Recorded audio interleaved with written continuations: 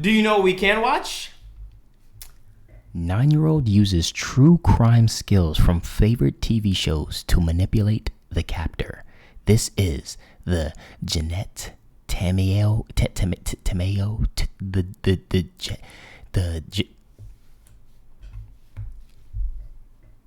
the Jeanette Tamayo case. Ooh,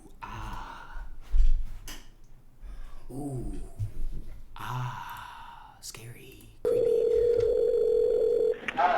This is Little Caesars Pizza. How can I help you? On July 8th, 2003, a Little Caesars cashier in San Jose, California, received the most unusual call. A little girl with a whimpering voice, holding back her tears as she spelled every letter of her address, one by one. I'm sorry? Who is this? Little did they know, she had been kidnapped and her abductor was forcing her to call them. After multiple days of captivity, this had been her only contact with the outside world. He went downstairs, came back upstairs with the pizza and was standing with the pizza box and was staring at me. And he handed me a flyer. What the fuck? Went downstairs. Oh, Daniel's food is here. Hold on, YouTube. Just fast forward, okay? just fast forward. Chat, entertain yourself, man. Talk to chat, YouTube, or some shit like that, man. Watch the Logan Paul video. What Logan Paul video, bro?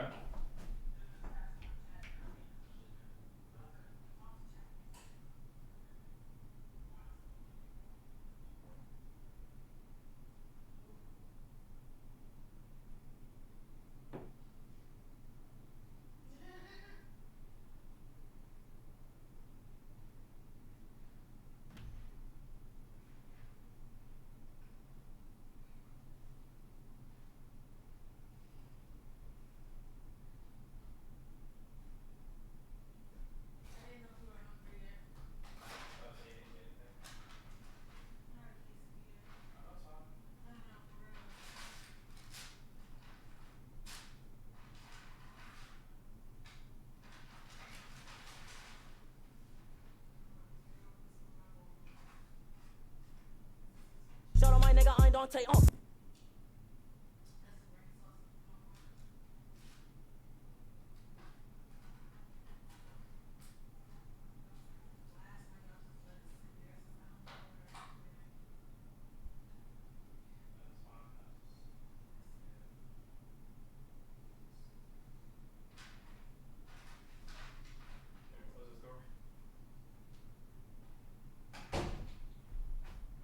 Oh.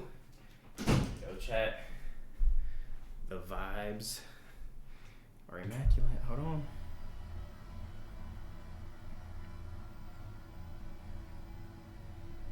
Yeah. It's time. Oh my God! What are y'all doing? What is happening? What are y'all doing right now, man? And on the flyer was a picture of me. Oh. He went downstairs, came back upstairs with the pizza and was standing with the pizza box and was staring at me.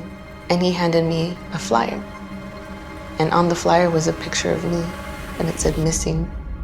Turned to me, he was like, I have to get rid of you tonight. Kidnapped, assaulted, and held in bounds, 9-year-old Jeanette Tamayo was long gone when the police finally arrived at the scene. A young girl was abducted from her home after school. The police later got their hands on some footage from a nearby security camera, but it was quickly deemed useless due to the low quality of the recording. Police have no leads in the disappearance of 9-year-old Jeanette Tamayo. After days without any development in her case and no statewide Amber Alert issued, Jeanette knew she had to take matters into her own hands. My fear turned into courage. And I told myself, I'm a fighter. I'm gonna make it. In the thriving city of San Jose, California, in the heart of Silicon Valley, 9-year-old Jeanette Tamayo just got off her school bus and was heading home. Once there, she noticed that the screen door was slightly ajar. She thought that maybe her mother came back from work early and didn't think much of it. Once inside, she went to her room and realized that something was wrong. Her bedroom window had been smashed and there was broken glass everywhere. She immediately took a step back and ran toward the phone to call her mom, but to her dismay, the cable had been cut off. Before she had time to understand what was happening, she heard someone knocking at the door. Jeanette turned around and saw a stranger behind the screen. Scared and confused, she reluctantly opened it. What? And when he was asking me questions, he was kind of peeking inside, trying to see who was in there. And that started making me feel really uncomfortable, and I started slowly closing the sliding door. Well, Chad, remember, she was 9 years old at the time. I mean, I don't know if 9-year-olds just be open doors for people, but she was 9 years old and scared and confused. So, you know, I don't know. I got scared because I felt a really bad vibe from him. And he put his hand in the way, slid it open, grabbed me, and took me to my brother's room. He threw me on the bed and took off my pants.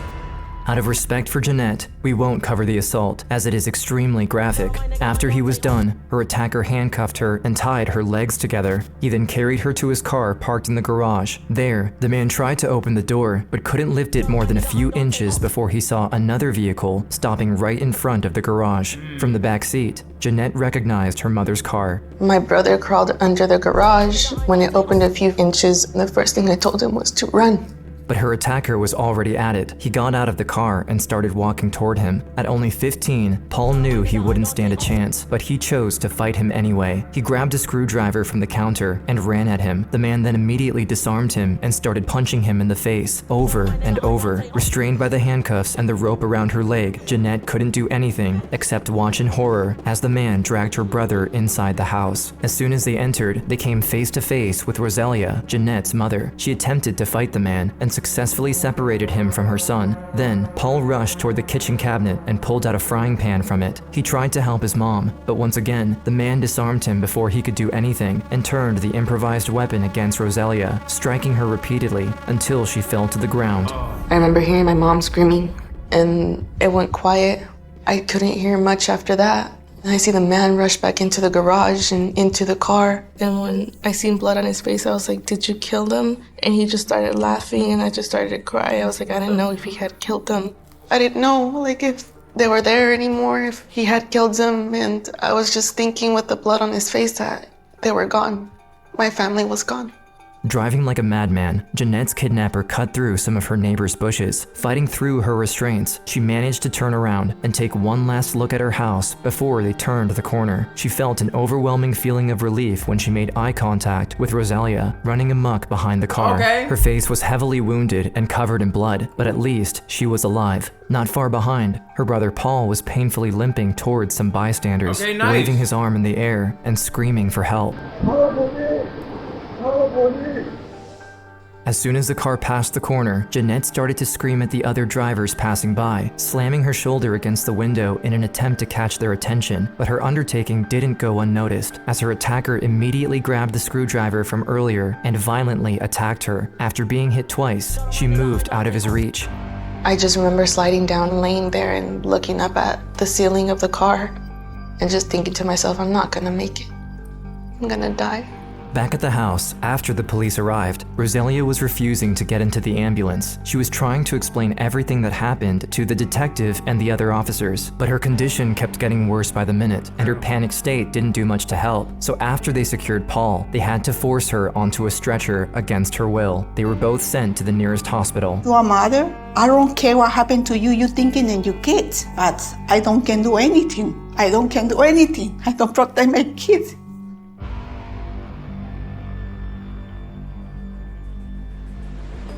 With their only witnesses gone, the police had barely any information to work with. From the get-go, they knew that Jeanette had been kidnapped and that someone broke into the house, cut the phone cords, and attacked them before leaving with her. But other than that, all they had was the crime scene. One of the first things that I did notice in the garage was a lot of blood. I knew at that point this was a very violent crime. You start thinking, are we gonna bring her home alive? Heather Randall, the detective assigned to the... Why was she home alone? Bro, she was probably like, because her parents literally came, or her mom literally came right after. She probably just got out of school, and I don't know, her mom was probably like out and got caught in traffic or something. Case initially thought that maybe some of the blood around the kitchen and the garage belonged to Jeanette. As her forensic team were grabbing samples and examining the scene, she also called in handlers and bloodhounds to get the search started as soon as possible. But sadly, this didn't lead them very far, since neither Jeanette nor her attacker were injured during the initial attack. As this was happening, she also noticed a security camera in the driveway of one of the neighbors. By reviewing the footage it captured in the last hour, they were able to establish a rough timeline of the events. 30 minutes before Jeanette arrived, her attacker smashed her bedroom window and burglarized the house. He then went back to his car and waited for Jeanette to arrive. Afterward, he followed her and knocked at the door. He then assaulted her in the bedroom for almost 30 minutes, at which point they headed to the garage. Meanwhile, Paul and Rosalia made it to the house. In the last bit of the recording, we can clearly hear Rosalia and Paul screaming for help.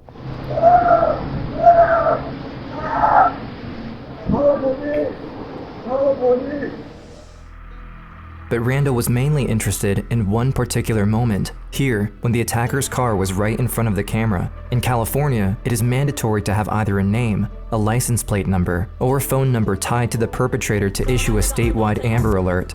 It's heartbreaking. You have the evidence right there, it's so close, and yet you need just a little bit clearer video. So before she was able to fall back on Paul and Rosalia, she alerted the media, hoping that Bruh, WTF did I just click into? This shit's sad AF. What the hell, Ty? Bro, then leave if you can't take it, man. Like, what the fuck? Y'all never been watching TV and like watch unsolved mysteries or some shit like that? Like, bro, change the channel, man. Change the stream. even without an Amber Alert, maybe the population would mobilize themselves anyway and spread the word about her disappearance. Together with her department, they got service helicopters in the air with loudspeakers, calling out her name, and gave press conference after press conference, just to make sure Jeanette's name was on everyone's mind in San Jose. It puts 1,000 more sets of eyes out on the street, and we knew it was extremely important to push the information out to the public, give them a picture of Jeanette, make sure that flyers were flooded throughout the city. Along the way, Jeanette kept mental notes of every turn they made, hoping she would be able to find her way home if she ever escaped. After a short ride, the car suddenly stopped. The man drove into the garage of a large white house. He opened the door, picked her up, and carried her inside. There, he went up the stairs to the second floor and opened a locked door. Behind it was a very small room with a TV, a little window, a bed, and a bathroom. The mom literally just tugged my heartstring. So sad. That feeling of powerlessness has to be the scariest feeling in the world. Like, it sucks. It sucks when something happens and you know you just literally cannot do nothing about it. The ground and approached her with a menacing look. After each assault, he would clinch her wrist to the shower head using a pair of handcuffs, run the water, and leave her there for a while. Like, I started to break down and cry, and that was my only safe place, was the shower, because every time he left me in the shower was when he didn't touch me, he wouldn't hurt me, or he wouldn't rape me. The next morning, the aftermath of the kidnapping took its toll. While the rest of the Tamayo family gathered around Rosalia in San Jose, the police asked some of the family members to take part in the public address. In the morning, he was watching the news again. My cousin was talking to me through the news. She was saying, "Jeanette, if you can hear us, just know that. Be strong, girl. We're looking for you." She was like, "Just don't give up." That gave me hope. That gave me the strength. Either I'm going to fight to get out of here or die trying. During her second day of captivity, Jeanette started to plan out what would be her best course of action against her abductor. Because my life was at risk, I said to myself, I have to have a conversation with him so he gains my trust. So she tried to ask him the most casual question she could think of. I remember asking him, "Where are you from?" Her attacker turned around with a dubious look on his face. He stood up, looked at her straight in the eyes, and for the first time since he kidnapped her, smiled. An intense feeling of disgust filled her chest. At that moment, she wished she could have spit at his face, stabbed him in the back with his screwdriver, or any other acts of retaliation one could think of. But instead, she listened to her instinct. She smiled back, trying to look as innocent as possible. She then asked him if she could get a glass of water. He handcuffed her and for the first time, left her alone in the room while he went down the stairs to go and get it. Now by herself, she started to nervously tinker with the handcuffs since she had noticed that the lock didn't require any key. It was mechanical. I remember feeling with my fingers a little button and like a latch. I realized that if I moved the latch one way and pressed that button, the handcuffs would release. Now freed, she knew she only had a minute to think of something useful, something that could either save her or maybe help the police find the culprit if she ended up getting murdered. My brother and I would always watch CSI, Law and Order, Bro, and the detectives. That's crazy. Being at 9 years old, even thinking about that, like, even if you don't think you're gonna get out, like, still trying to leave like clues in case you did get murdered. Like, thinking like that at 9 is crazy, bro. On the shows would always look for clues. Swiftly, she grabbed the watch the man left on the nightstand. Then, she rushed to the other side of the room, where the man had placed a few toys for her to play with. She grabbed a little clay turtle out of them, and finally, she ran by the bathroom and grabbed her underwear. She remembered that the CSI cast often used the victim's underwear in sexual assault cases, and she wanted him to be punished for what he did to her. But soon enough, her investigation was cut short as she began to hear the heavy footsteps of her kidnapper walk. You was not doing this at 9, bro. Neither was I, bro. I barely remember my teachers' names at 9. Like, what the fuck? Walking up the stairs. I jumped back on the bed, put the handcuffs on, and once he walked through the door, he just looked at me, and in my mind I was hoping, please don't touch me, because I had things on me that I was afraid that he might find.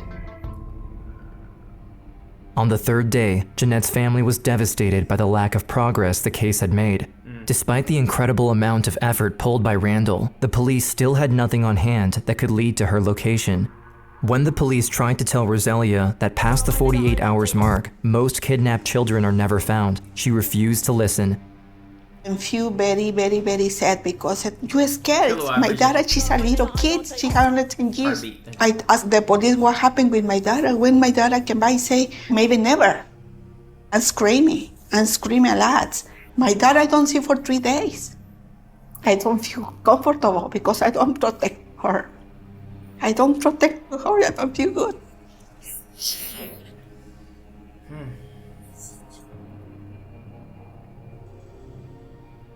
It is at this point that Jeanette became completely numbed to her kidnapper's assault. Her only impulse was to stay strong and stick to her strategy. She needed to continue to manipulate him. This was her only chance at survival. My befriending was working. He asked me, are you hungry? And I looked at him and I said, yeah. He gave me his cell phone. He had a cell phone with him. And he made me call for pizza. He gave me the phone number of the cell phone that he had. And I gave it to the man.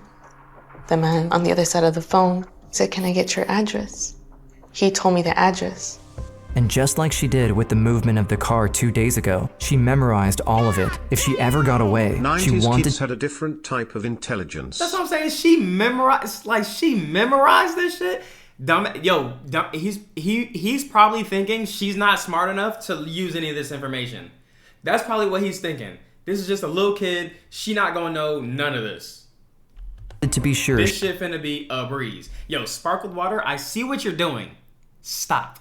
Stop. She would be able to take him down afterward. Eventually, someone rang the doorbell, and her kidnapper left the room for a minute. When he came back, he had a smile on his face. He put the pizza on the floor, and on top of the box, there was a missing person flyer with her face on it. He then told her that he would get rid of her tonight, before leaving the room.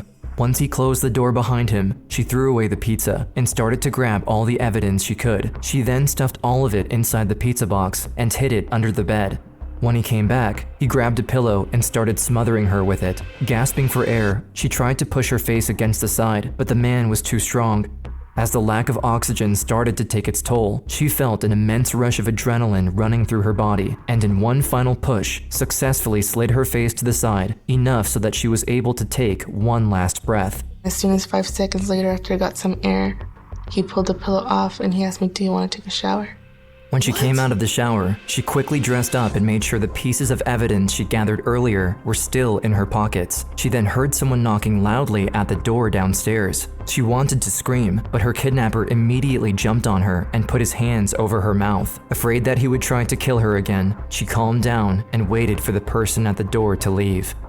We were sitting in the room for a while, and afterwards, when he heard that it was all quiet, that's when he took me downstairs into the garage. It was all dark. He then forced her into his car, put her back in handcuffs, and started driving. The ride was long, and Jeanette couldn't stop crying and screaming. Midway through it, she took a second to calm herself down in an attempt to make some sense of what had happened to her so far. I remember just crying to myself and just saying, I did the best I could. I was just preparing myself for my own death. But even then, she hadn't fully given up yet. Along the way, she once again did her best to remember every turn they took, but they rode for over 30 minutes, making it far more difficult than the first time. Damn. After a while, the car approached the neon-lit parking lot of a liquor store, not far from the highway. The car had stopped, and as soon as he stopped the car, he grabbed me by my hair. When I looked around, I was like, where are we? And he was like, I'm letting you go.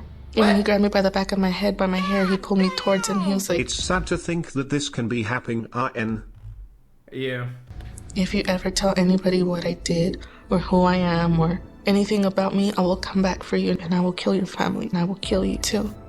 As her kidnapper left, she ran toward the liquor store. She couldn't believe she succeeded. She somehow gained his trust. These thoughts and emotions flooded her mind, and before she knew it, she was face to face with the cashier. I was just all kinds of emotions in one, and I remember the gentleman that was behind the counter looking at me and asking me, are you okay? And then he said, you're the little girl from TV. Oh shit. The man behind the counter didn't hesitate. He handed her the phone, and when he realized she was distraught, picked it back up and called 911 himself. W-man. She said, let me use the phone. I said, okay, here's the phone. When she started dialing the phone, she was panicking, scared. She don't know how to dial the number. Once the San Jose police got word that Jeanette had been located in East Palo Alto, they immediately reached her. Detective Randall was overjoyed to finally see the little girl with her own eyes. But in the back of her mind, she knew they needed to act quickly if they ever wanted to get their hands on the culprit. Bro. I walked up to her and I said, hello, Jeanette. My name's Heather, and I'm here to help you. And before I really said anything else, she let me know that she had some evidence in her pocket. She proceeded to pull the toys, her underwear, the kidnapper's watch, and other items out of her pockets. Shocked to see how clever the little girl was, Randall asked her if she had anything else that could help them catch him. Jeanette asked for a sheet of paper and drew the house, bits of the address, his exact phone number, and every other piece of information she could remember from her time with the kidnapper. Wow. Noticing how knowledgeable she was, Randall asked her a What the fuck? decisive question. I asked her, do you think you can find his house? And she said, I think I can. And she said that she could direct us by saying right or left, right or left. While the police were heading back to San Jose to look for That was a 30-minute drive. That was a 30-minute drive. the man's house, another officer started to call every pizza place I still use my GPS to go 5 minutes down the street. in the area to see if they could match the phone number to a complete address. But before they knew it, they were already closing in on the place as Jeanette shuddered with excitement in the back of the patrol car. I felt brave. I think that's why I stood up in the back of the car and started yelling and saying, that's it. A few minutes later, Randall received a confirmation from the pizza place that this was, in fact, the right address, so she ordered a tactical team and a K-9 squad to raid the home. Our SWAT team then put a plan in place to go and take him into custody. They had a layout of the home from Jeanette, and they went in and were able to determine that he was hiding up in the attic. The suspect, David Montiel Cruz, attempted to evade arrest and threatened the officers inside the house, so they unleashed the dogs at him. He suffered multiple injuries on his arms and was escorted outside of the house. Inside, Heather also found the evidence-filled pizza box under the bed. Hell nah, she got an IQ of 160 at 9 years old or something. That is crazy. That's him? They ain't take him in? Did he kill himself? Police say they know little about the background of the suspect. Oh, that's him. Ugh. What a sick fucking guy. He was arrested at this house early yesterday morning. The district attorney's office filed 9 felony charges against Alvarez, including sexual assault, burglary, forcible lewd acts, rape, battery, and a special circumstance. After the arrest, Rosalia was called, but emergency services needed to get Jeanette into the ER as soon as possible. After all, she'd been stabbed, and the wounds had yet to be treated, so Rosalia and Paul followed them and finally got reunited with her once she was stabilized. I remember them taking me to the hospital, running tests on me, I remember opening the door and seeing my mom. And her face was so bad. Like, she didn't even look like my mom. I think she touched my mom's face. She said, "You're hurt." You know, she was so brave. She didn't care about herself. She was worried about us. You're everything to me, you and Paul were. Damn. Very happy because I met my dad. For December, it's when she born, second time for me. The following years have not passed easily for Jeanette. For a time, she dealt with her personal pain on her own. She would never leave the house, stuck in the clutches of a paralyzing fear of men and the outside world. But when she was 15 years old, after 6 years of therapy, something clicked. She finally decided to face her fear and do something about it. 12 years later, TV producers reunited her with Heather Randall, the detective who, with a little help from one clever 9-year-old, put an end to the rampage of David Montiel Cruz and put him behind bars for life. Good. Damn! That's fire! It's so good to see you. I never really got the chance to come back and like tell you guys thank you for everything that you did. Like, I really appreciate it. You were strong, you're smart. What happened was you were amazing. You were brave, and that's why you're here today. Even if her trauma hindered her childhood, she didn't let it take over her life as an adult. Today, she decided to follow in Heather's footsteps and study law enforcement. Her goal is to one day be a detective and help her community in the same way Heather helped her. And on top of that, she also wants to become a voice for the missing and every victim of violence. Oh, shit. Everybody has a story, and no matter what life throws at us, no matter what obstacles, we're all fighters. That's a movie. And we all have the ability to keep going. I turned my fear into courage. I got my family back. Today, Jeanette is training at the San Diego Police Academy. Heather became the first woman deputy chief of police in the history of the San Jose Police Department. Damn! What a W outcome. Mother still alive, brother still alive, dreams coming true. I ain't gonna lie, she deserved that. At 9 years old, bro, you think she's not about to chase her dreams and achieve everything she wanted to achieve? Like, bro, what? You're here, it's me. Sorry. On July 14th, 1995, 13-year-old Thaddeus Phillips moved into the city of Baraboo, Wisconsin. 2 weeks later, he was laying on his neighbor's— Jesus Christ, holy shit. Damn. What the fuck? Holy shit, bro. His fucking legs are broken. They're broken. What the fuck? Okay, chat. Holy shit. Let's move on. Okay? I know that was dark and a little bit of a bummer. But I like videos like that because it's just like those type of stories are always interesting. But we're gonna